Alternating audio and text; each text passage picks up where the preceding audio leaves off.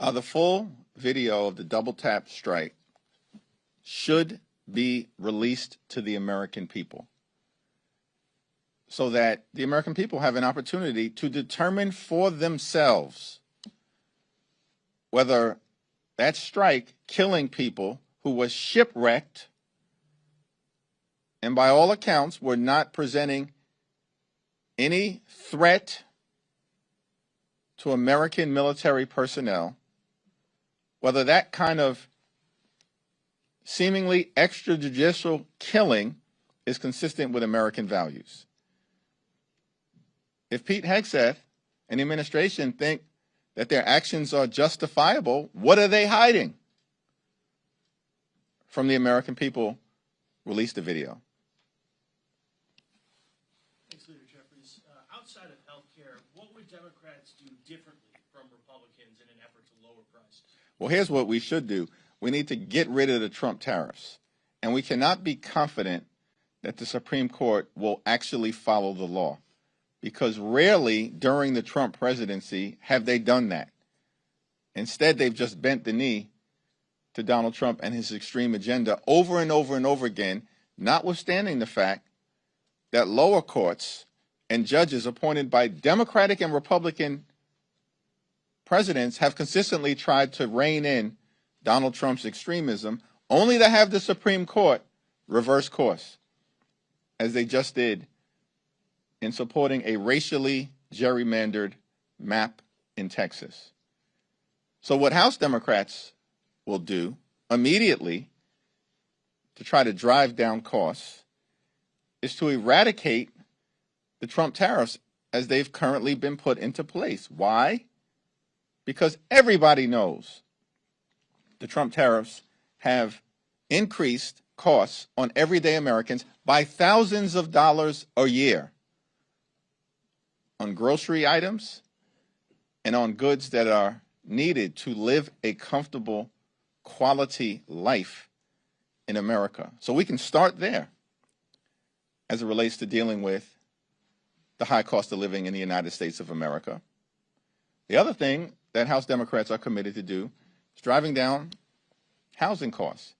There's not a single thing that House Republicans or Senate Republicans or Donald Trump and his administration have done to address the housing crisis in the United States of America.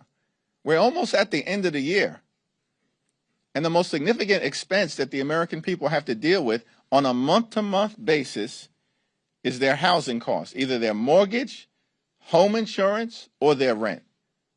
And Donald Trump can't see fit to do a thing about it? House Republicans have done nothing to lower housing costs when the overwhelming majority of the American people know that housing costs are out of control in this country? And Donald Trump, the so-called builder, the so-called developer, nothing from him to actually make housing more affordable in the United States of America? So there are a lot of things that can be done better, but Republicans don't have the will to do it. That's the problem. They just don't have the will to do it because they'd rather reward their billionaire donors with massive tax breaks, just like what they did in the One Big Ugly Bill. Leader Jeffries. Michael? Thank you, Mr. Leader. I want to ask about the AI commission that you announced this morning.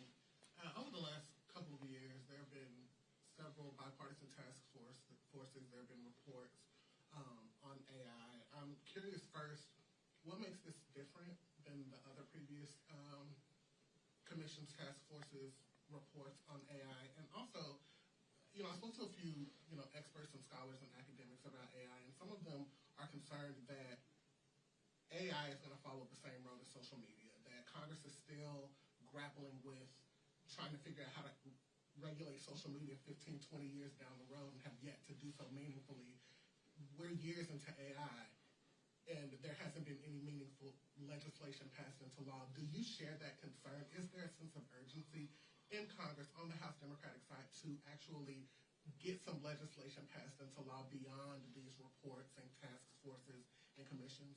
Well, artificial intelligence is a transformative technology that has the potential for so much incredible good, particularly as it relates to medical breakthroughs and providing high quality academic and educational excellence to people who live in communities that have historically been under-resourced for decades. We want to make sure that America can continue to lead in the growth and development of artificial intelligence related to our companies, as opposed to the Chinese being able to dominate this space.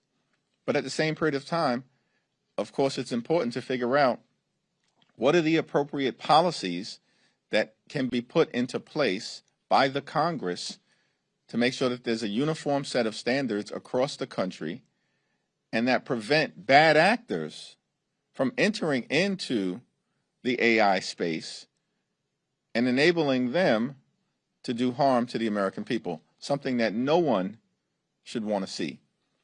And so the House Democratic Commission on Artificial Intelligence and the Innovation Economy is going to engage in a thoughtful exploration so we can develop a set of policies in consultation with stakeholders all across the country, including experts within the industry space, because House Republicans have decided to abdicate their responsibility.